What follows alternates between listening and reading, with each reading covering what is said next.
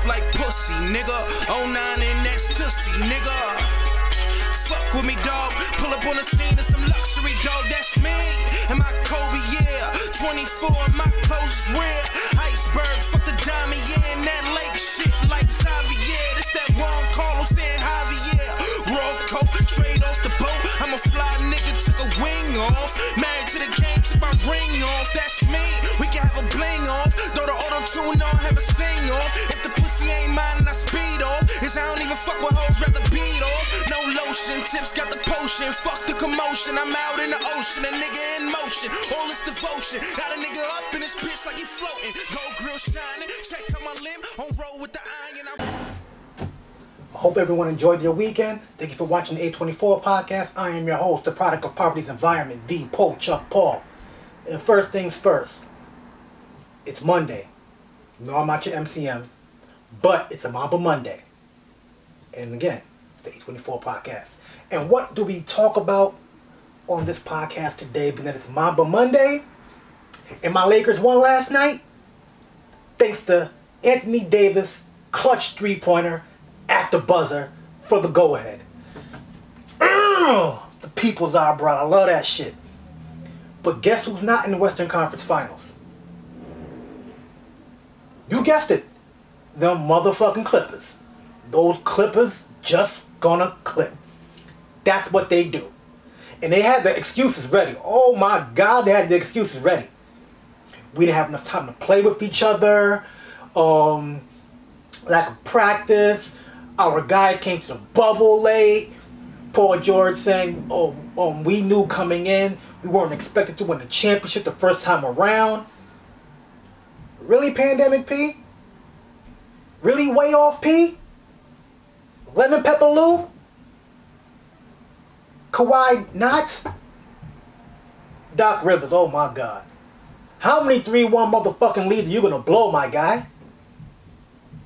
Now, if all that happened in the bubble, whatever. Maybe they run it back next year with Doc Rivers as the coach. And then take it from there. Because they're getting a new arena to lose in come next season. A whole new arena. So they get the fuck out the Staples Center, the house that Kobe built. But think about it though.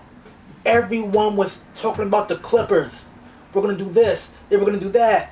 Oh, we have Kawhi Leonard. Oh, load manage. Blah, blah, blah, blah, blah. And look what the fuck happened. Being too cocky. What do they say? You're counting the chickens before the eggs hatch? Look what happened. Sent you packing. Spanked by the baby Denver Nuggets. Jamal Murray, the Joker.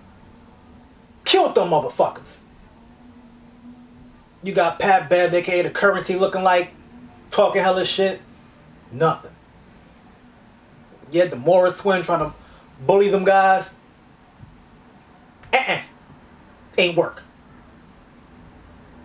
But my Lakers are up 2-0 right now. So we shall see. We already know who's the king who's the king of LA. Number 1 team in LA is the Lakers. Number 2 team is the Sparks. Now, the other 2 LA football teams can fight for it, but the Clippers are definitely not top 5 sports team in LA. UCLA basketball, men's or women's, come before them motherfuckers. Hell, you might want to put USC before them. Maybe I'm just talking a little bit too much shit because I'm a lifelong Lakers fan. But hey, I just had to, man. I just had to.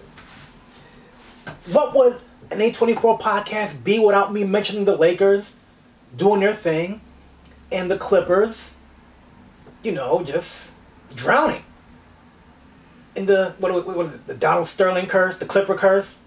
Whew. Sucks to be a Clippers fan. But on to some real shit.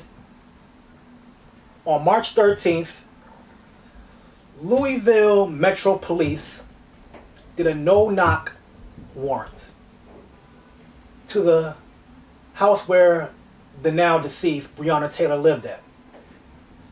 They came in, kicking the doors in, shooting. The boyfriend exchanged fire, hitting one of the officers. And Breonna Taylor was caught in the crossfire while she was asleep. shot to death by these officers. They tried to arrest the boyfriend, but he had a legal firearm. He shot because they shot first and they were breaking into the home. That's the purpose of having a legal firearm in your home. 6 months later,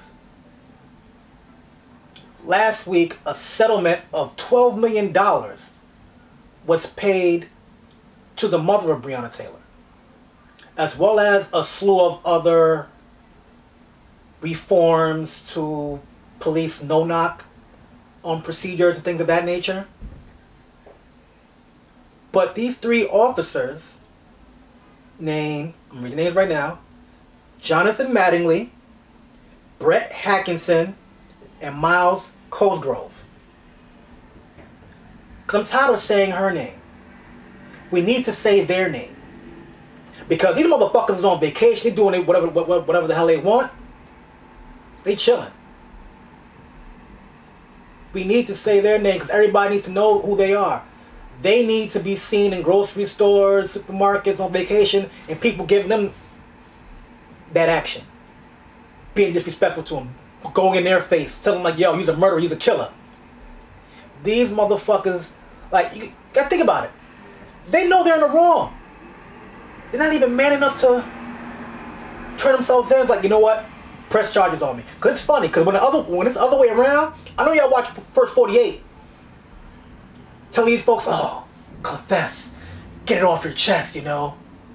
You believe in God, right? I've seen them bring God into the snitch room before. Oh, disgusting. These 3 murderers, read the names again. Jonathan Mattingly, Brett Hackinson, and Miles Cosgrove of the Louisville Metro Police Department needs to be locked up or street justice. Whatever you want to deem street justice is, it's whatever. But if the police ain't going to take care of it, you know what? The streets need to. This is some bullshit. This is the largest payout by the department in history. You won't arrest them, but you would say, you know what? We're $12 million sorry that this happened. It's like admitting you're wrong when you're not wrong. It's like the guy that cheats or beats on his girlfriend, then goes and get her flowers the next day or buy her a ring the next day. You feel me? Like, you niggas know you wrong. But y'all want to throw money at the situation. You know what I'm saying? It's just crazy because this stuff's going to continue to happen if officers aren't held accountable. I mean, you don't ever hear people say, fuck the fire department. They're not running around setting houses on fire. You know what I'm saying? If a doctor was killing folks while performing surgery, they will lose their license. If you break the law while trying to uphold the law, you should not be an officer no more. Matter of fact, and if you take someone's life in the process, you deserve to go to jail or street justice. That's just me. Because this shit ain't gonna stop. Motherfuckers say they want peace till a motherfucker see a peace. Tupac.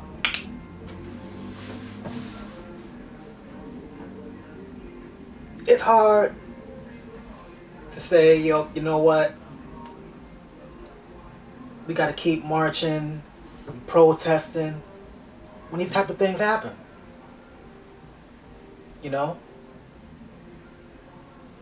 What are these candidates doing? I mean, we know Trump won't give a fuck. But what is Harris and Biden talking about doing? Biden, he's not with defunding the police. I don't even know if you know what that means, to be honest with you. But that's another story. That's a whole other topic. And over the week, I guess the other presidential candidate Kanye West was having a Twitter, what's the right word to use? He's using his Twitter fingers. He had a Twitter reaction. Like, I mean, he was just going crazy, talking about his contract, this, that, and the fourth. He's not going to release no more music until Universal lets him out of his contract and give him his masters. Blah blah blah blah blah. I don't give zero fucks, Kanye. Let me tell you why. You had a choice to sign that contract. You feel me? It sound familiar? Slavery was a choice. But guess what? You willingly wrote your name, signed up, signed the dotted line to be a part of the music industry. A different form of slavery. That's on you, brother. And my thing is this. Is this genuine? Trying to get everyone's masters? Or you just want yours? Because every time Kanye wants something, he makes it seem like he's helping everybody when he's really helping himself. You talk about bad contracts? Let me see something.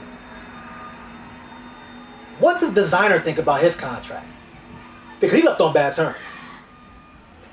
What does Breonna Taylor's contract look like? How about Big Sean? He's been on Def Jam since forever. How about Side of Prince? I mean, we know he be ghostwriting and shit. Let's see the kind of contracts that you gave them.